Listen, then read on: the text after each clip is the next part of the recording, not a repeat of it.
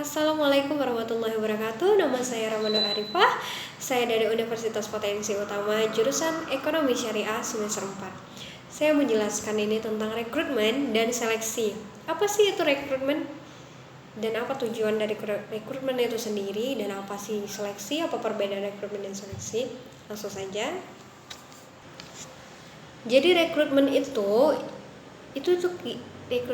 sendiri tuh kegiatan untuk menarik sejumlah pelamar agar tertarik dan melamar ke perusahaan sesuai dengan kualifikasi yang diinginkan.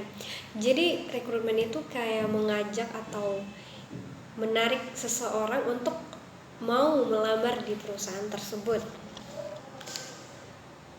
Nah, tujuan dari rekrutmen itu sendiri tuh selalu dikaitkan dengan apa yang sudah dibuat pihak perencanaan tenaga kerja, yang mana artinya apa yang hendak dilakukan oleh pihak perencanaan tenaga kerja harus selaras dan disesuaikan dengan kebutuhan tenaga kerja. Misalnya dari segi waktu yang dibutuhkan, jumlah yang dibutuhkan, dan kualifikasi yang telah dipersyaratkan.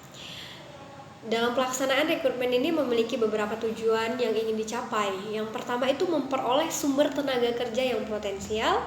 Yang kedua, memperoleh sejumlah pelamar yang memenuhi kualifikasi. Dan yang ketiga, menentukan kriteria minimal untuk calon pelamar. Dan yang keempat, untuk kebutuhan seleksi.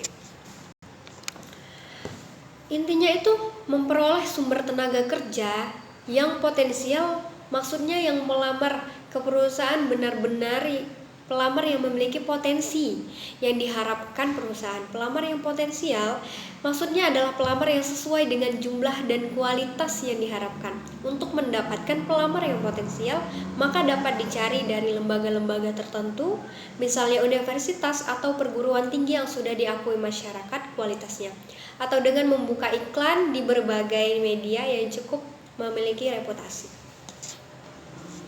Untuk menentukan kriteria minimal untuk calon pelamar, artinya pelamar harus benar-benar memenuhi persyaratan yang diinginkan perusahaan. Adanya persyaratan minimal yang harus dipenuhi pelamar adalah mutlak, misalnya IPK, usia, pengalaman kerja, domisili, akreditasi lembaga atau prodi, atau persyaratan lainnya.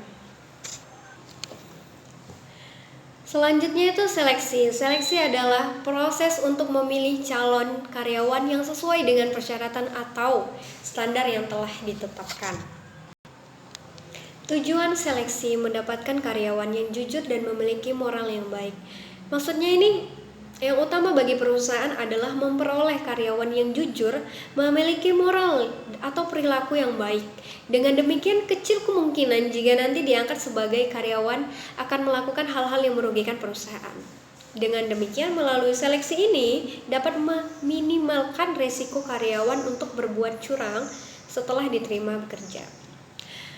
Tujuannya itu yang pertama, mendapatkan karyawan yang mau dan mampu. Artinya karyawan yang mau dan mampu melakukan tugas-tugas yang dibebankannya.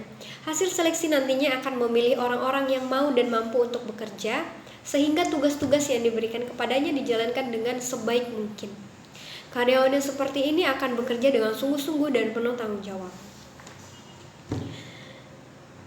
Selanjutnya, mendapatkan karyawan yang rasa memiliki perusahaan, yaitu maksudnya rasa memiliki ini akan ikut mendorong karyawan tersebut bekerja lebih baik.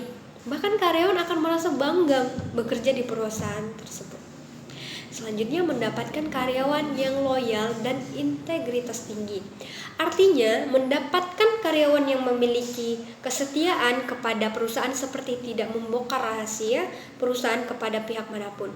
Kemudian perusahaan menunjukkan dan membela kepentingan perusahaan jika ada yang mencoba untuk berbuat tidak baik terhadap perusahaannya. Selanjutnya, mendapatkan karyawan yang memiliki inovasi dan motivasi. Artinya dengan seleksi yang baik akan memperoleh karyawan yang inovatif guna mengembangkan produk perusahaan. Demikian pula harapannya agar motivasi karyawan untuk mengerjakan atau memajukan perusahaan sangat kuat.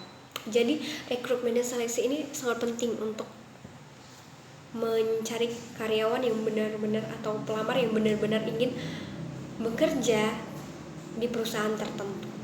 Sekian penjelasan saya. Assalamualaikum warahmatullahi wabarakatuh.